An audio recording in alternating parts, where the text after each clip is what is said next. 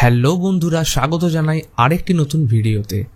তো আজকে আমি 2013 সালে মুক্তি পাওয়া Thai mystery horror thriller movie last summer এর গল্প নিয়ে এসেছি। 4 বন্ধু ঘুরতে গিয়ে হঠাৎ একজনের রহস্যজনক মৃত্যু এবং তারপর থেকে প্রত্যেকের সাথে ঘটতে থাকা অদ্ভুত কিছু ঘটনা এবং রহস্যের এক একটি জট উন্মোচন থেকে শুরু করে আমাদের দৈনন্দিন জীবনে ঘটতে থাকা বেশ কিছু ঘটনার সাক্ষী নিয়ে শুরু করছি আজকের মুভির ঘটনা প্রবাহ। তো আসুন আর দেরি না করে ইন্ট্রো দিয়ে শুরু করা যাক।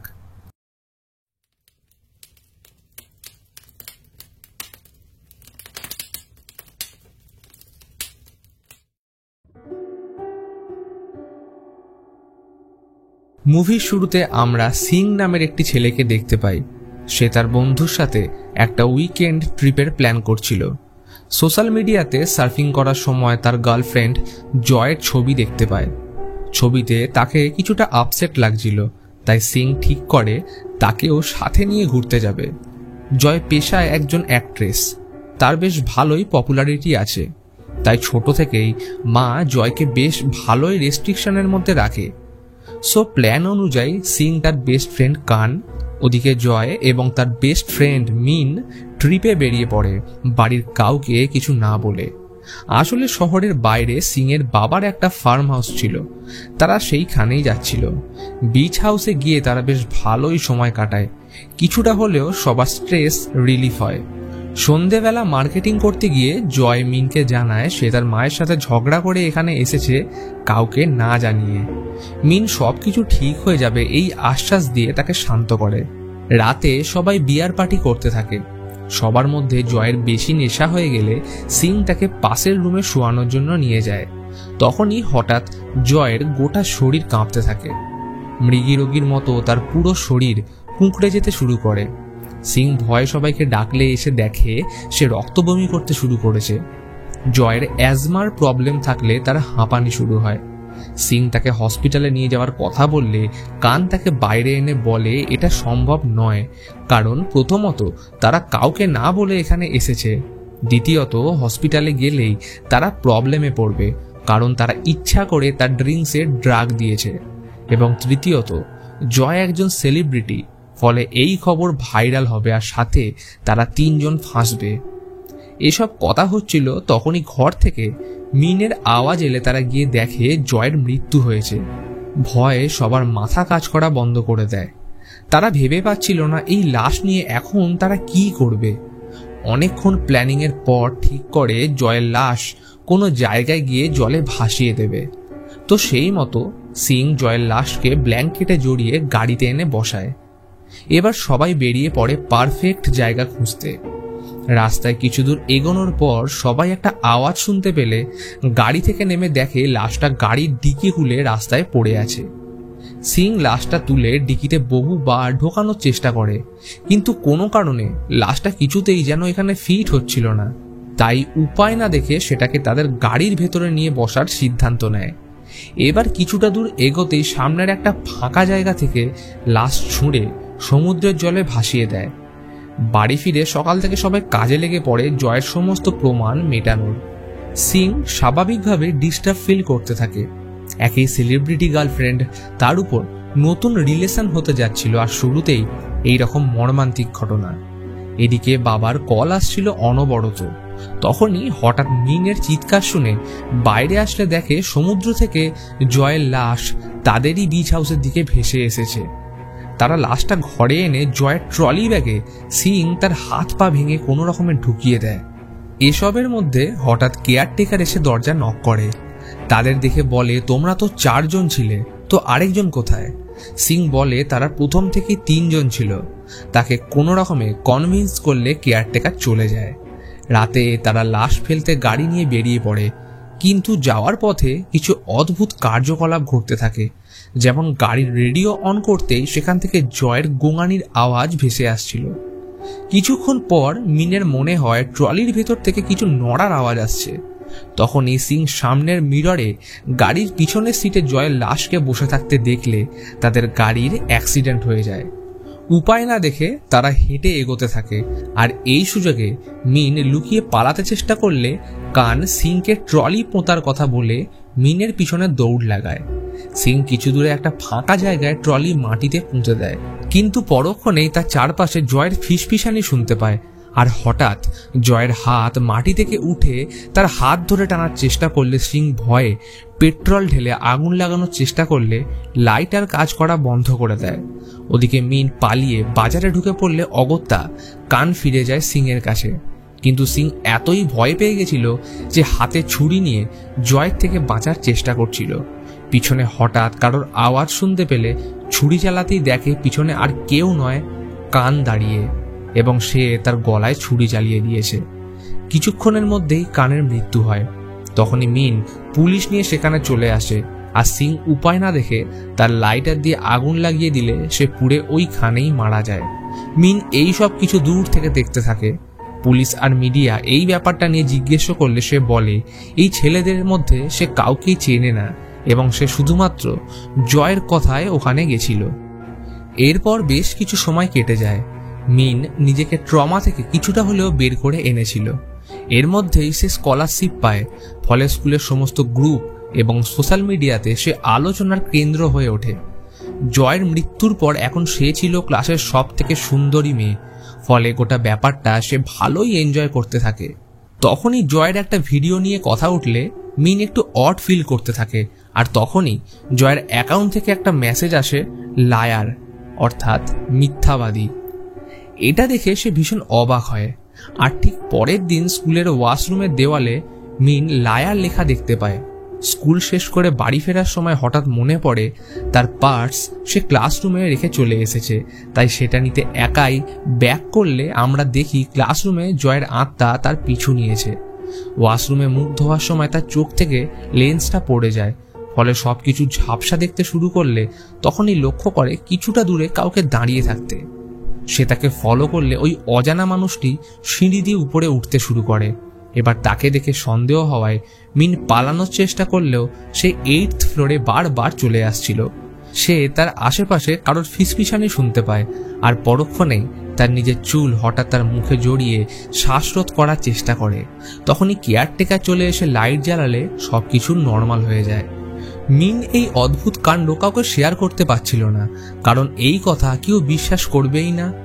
অন্যদিকে হঠাৎ করে সবাই জয়কে নিয়ে কথা বলতে শুরু করেছিল। সবাই যেন সবকিছুতেই তার সাথে জয়ের কম্পেয়ার করে। তার নিজস্ব পরিচয় বলে কি কিছুই নেই? এমনকি ক্লাস টিচার তার স্পিচের সময় জয়ের ব্যাপারে লিখতে বলে।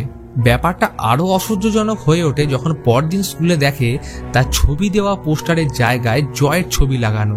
এটা দেখে আর নিজেকে কন্ট্রোলে রাখতে না পেরে সবার উপর চিৎকার করে সমস্ত পোস্টার ছিঁড়তে শুরু করে, কিন্তু বাস্তবে ওই পোস্টারে জয়ের ছবি ছিল না, বরং তার নিজের ছবি লাগানো ছিল। অর্থাৎ কোনো কারণে তার হ্যালিউসিনেশন হচ্ছিল। তার এই কার্যকলাপ দেখে সবাই তাকে পাগল বলতে শুরু করে। মিন ছুটে স্কুলের ছাদে গিয়ে একা বসে জয়ের ব্যাপারে ভাবতে থাকে।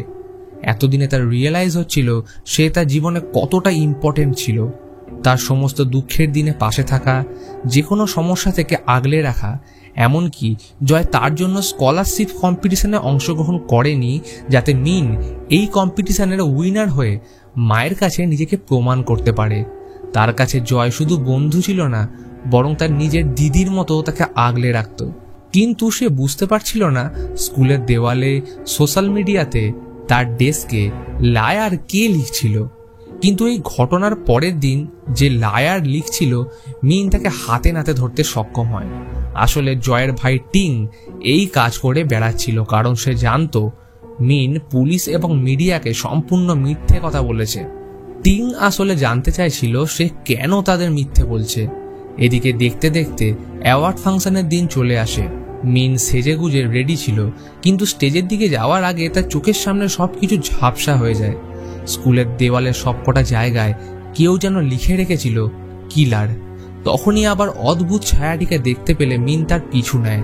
এবার সে ছাদে পৌঁছতেই তখনই জয়ের আত্মা পিছন থেকে তার কাঁধে হাত রাখে। এবারে আমাদের ফ্ল্যাশব্যাকে দেখানো হয় সেই রাতের ঘটনা। আসলে সিং এবং কান যখন রুমের বাইরে যায় তখন মিনের পাশে শুয়ে কষ্ট পেতে থাকা জয়কে কিছুতেই তার ইনহেলার পাস করেনি, ফলে হাঁপানির কষ্ট সামলাতে না পেরে তার মৃত্যু হয়। আসলে মিন জানতে পেরে গেছিল জয় লুকিয়ে সেই স্কলারশিপ প্রতিযোগিতায় অংশগ্রহণ করেছিল। এটা দেখে মিন বুঝে গেছিল সে কিছুতেই এই প্রতিযোগিতা জিততে পারবে না, ফলে তার মায়ের কাছে নিজেকে প্রমাণ করার শেষ অপশনটুকুও চলে যাবে। তাই সেই দিনে জয় সাহায্য না করে তাকে তিলে তিলে মরতে দেখাটাই শ্রেয় বলে মনে করেছিল। স্কুলের ছাদে দাঁড়িয়ে মিন বুঝতে পারে জয়ের মৃত্যুর জন্য সে নিজেও দায়ী। এই পাপের বোঝা নিয়ে বেঁচে থাকার থেকে সে মৃত্যুটাকেই বেছে নেয়, ফলে উপর থেকে ঝাঁপ দিয়ে মিন মারা যায়। এবার বেশ কিছুদিন কেটে যায়। সবকিছু স্বাভাবিক হয়ে গেলেও টিং ঘরে জয়ের আত্মাকে দেখতে পেত। কিন্তু কেন? তার মৃত্যুর অনেক দিন হয়ে গেছিল বলে মা জয় সমস্ত জিনিস প্যাক করে রেখেছিল। কিন্তু এক রাতে টিং দেখে জয়ের রুমে সবকিছু আগের মতো হয়ে গেছে। সে যেন নিজেই এসে রুমটা সাজিয়ে দিয়ে গেছে। এটা দেখে সে ভীষণ অবাক হয়। টিং একজন অ্যাথলিট, জয়ের মতো খুব বেশি পপুলার না হলেও সে সর্বদা চেষ্টা করত তার মতো হওয়ার এবং নিজের মায়ের কাছে জয়ের থেকেও বেটার প্রমাণ করার চেষ্টা করত। তাদের মা ভীষণ স্ট্রিক্ট এবং উচ্চাকাঙ্ক্ষী, তার সব কিছুতে প্রথম হওয়া চাই। তার এই মনোভাব ছেলে মেয়েদের উপর বরাবর প্রভাব বিস্তার করে রেখেছিল। তাদের একটা ছোট্ট ভুল যেন তার মায়ের কাছে পাহাড় প্রমাণ ব্যর্থতা বলে মনে হতো। জয়ের মৃত্যুর পর টিংকে সর্বদা তার সাথে কম্পেয়ার করত সমস্ত ক্ষেত্রে, কারণ সে তার মতো পপুলার, মেধাবী, উচ্চাকাঙ্ক্ষী কোনোটাই নয়। এক কথায় বলতে গেলে টিং যেন ব্যক্তিত্বহীন একটা মানুষ। দীর্ঘদিন ধরে হয়ে আসা এইসব ঘটনা তাকে মানসিকভাবে এফেক্ট করতে শুরু করে। এমনকি তার মা এটাও বলে সাঁতারে ফার্স্ট করানোর জন্য সে টিংয়ের কোচকে টাকা দেয়। হতাশাগ্রস্ত হয়ে টিং তার মায়ের কাছে একটা ডিল করে যে আপকামিং ইভেন্টে সে যদি নিজেকে প্রুফ করে দেখাতে না পারে তাহলে তারা এই বাড়ি ছেড়ে চলে যাবে। তার মা এতে রাজি হয়ে গেলে সে তার সমস্তটা দিয়ে সামনের ইভেন্টের জন্য নিজেকে প্রস্তুত করতে থাকে। কিন্তু একদিন প্র্যাকটিসের সময় জয়ের আত্মা তার পা ধরে নিলে টিংয়ের অ্যাক্সিডেন্ট হয়, ফলে সে প্রতিযোগিতা থেকে বাদ পড়ে যায়। মেয়েহারা মা একমাত্র ছেলের এই রকম অবস্থা দেখে ঘর ছাড়তে রাজি হয়ে যায়। এবার বাড়ি শিফট করার দিন হঠাৎ কারেন্ট চলে যায়। তখন টিং ফিউজ চেক করতে গেলে মা টিংয়ের ফোন চেক করলে একটা ভিডিও খুঁজে পায়, যেটা দেখা মাত্রই তিনি অবাক হয়ে যান। আসলে জয়ের মৃত্যুর কিছুদিন আগে তার একটা প্রাইভেট ভিডিও ক্লিপস সোশ্যাল মিডিয়াতে ভাইরাল হয়ে যায়, যেটা সে তার বয়ফ্রেন্ড সিংয়ের জন্য পাঠিয়েছিল। কিন্তু ওই ভিডিও সিংয়ের ফোন থেকে নয়, বরং এই পুরো ঘটনা পিছন থেকে টিং ফোনে ক্যামেরাবন্দি করে সেটা ভাইরাল করে দেয়, কারণ নিজের মা সর্বদা তাকে জয়ের সাথে কম্পেয়ার করত। এমনকি সে তার থেকেও বেশি পপুলার ছিল। তাই হিংসায় বশবর্তী হয়ে টিং নিজের দিদির প্রাইভেট ভিডিও বিভিন্ন অ্যাডাল্ট ওয়েবসাইটে আপলোড করে দেয়। এবং আমরা ভালোভাবেই জানি কোনো সেলিব্রিটির প্রাইভেট ভিডিও ভাইরাল হতে বেশিক্ষণ লাগে না। এবং এই কারণে জয় তার মায়ের সাথে ঝগড়া করে বাড়িতে কিছু না বলে সিংয়ের সাথে ঘুরতে চলে যায়। এবং এর পরবর্তী ঘটনা আমাদের সকলেরই জানা, অর্থাৎ তার মৃত্যুর জন্য কিছুটা হলেও তার নিজের ভাই টিং দায়ী। এই ঘটনা জানা মাত্রই মা টিংকে ভীষণ বকাবকি করে, কিন্তু সে বলে এইসব কিছুর জন্য তুমি দায়ী, কারণ তোমার ওই উচ্চাকাঙ্ক্ষা, সব কিছুতে প্রথম হওয়া, এমনকি জয়ের সাথে তার কম্পেয়ার করা, এইসব অ্যাগ্রেসিভ মানসিকতার জন্যই আজকে জয় তাদের মধ্যে নেই। এখানে আমরা আরও একটি ব্যাপারে জানতে পারি, জয়ের মা ইচ্ছা করে তাকে স্কলারশিপ প্রতিযোগিতায় অংশগ্রহণ করতে বাধ্য করেছিল, অর্থাৎ মিনকে কখনোই সে চিট করতে চায়নি। সব শোনার পর জয়ের মা নিজেকে ঘরে বন্দি করে নেয়। আফসোস আর ঘৃণা নিজেকে যেন কুড়ে কুড়ে খাচ্ছিল। তখনই টিং জয়ের আত্মাকে দেখতে পায়, কিন্তু সে তার উপর অ্যাটাক করে না, বরং সে তাদের রিয়েলাইজ করায় তাদের জন্য আজ তার এই অবস্থা হয়েছে। ভয়ানক এই অবস্থা দেখে টিং বাকরুদ্ধ হয়ে পড়ে। এরপর সে যায় মায়ের কাছে। মা নিজের মেয়ের এইরূপ অবস্থা দেখে সম্পূর্ণ ভেঙে পড়ে এবং নিজেকে মেরে ফেলতে যেতেই জয় তাকে বাধা দিয়ে বলে সে কখনোই চায় না তার মা কষ্ট পাক। সে মায়ের মুখ উজ্জ্বল করতেই নিজের সবটুকু উজাড় করে দিয়েছে। জীবনের একটা জায়গায় এসে তার মায়ের উচিত ছিল থেমে যাওয়া, আর সেটা আগে হলে হয়তো এই রকমটা হতো না। জয় বলে তার ভাই টিংয়ের উপর যেন এই রকম মানসিকভাবে প্রেসারাইজড না করে। এরপর আমাদের কিছু ফ্ল্যাশব্যাক দেখানো হয়, যেখান থেকে আমরা জানতে পারি জয় ভীষণ ভালো একটি মেয়ে ছিল, যে নিজের মা, নিজের বন্ধু, নিজের ভালোবাসার প্রতিটি মানুষকে সর্বদা মন প্রাণ দিয়ে ভালোবেসে তাদের জন্য সবটুকু উজাড় করে দিতে চেয়েছিল। কিন্তু ভাগ্যের নির্মম পরিহাস এমনই যে এই কাছের মানুষগুলোই তাকে দিয়েছে দুঃখ, হিংসা ও ব্যর্থতা। সিং শুধুমাত্র তার শরীর, রূপ আর ফেম দেখেই ভালোবেসেছে।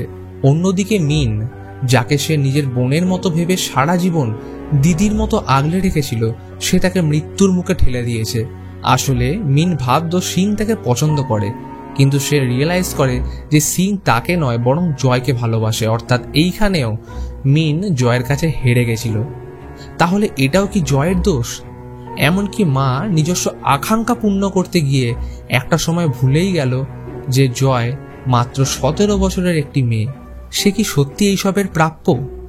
মানুষের হিংসা, নিজেকে অন্যের থেকে প্রথম করে দেখানোর রেস, অন্যের সন্তানের থেকে নিজের সন্তানকে ভালো প্রমাণ করতেই হবে, এই মানসিকতা সত্যি কি আমাদের প্রয়োজন?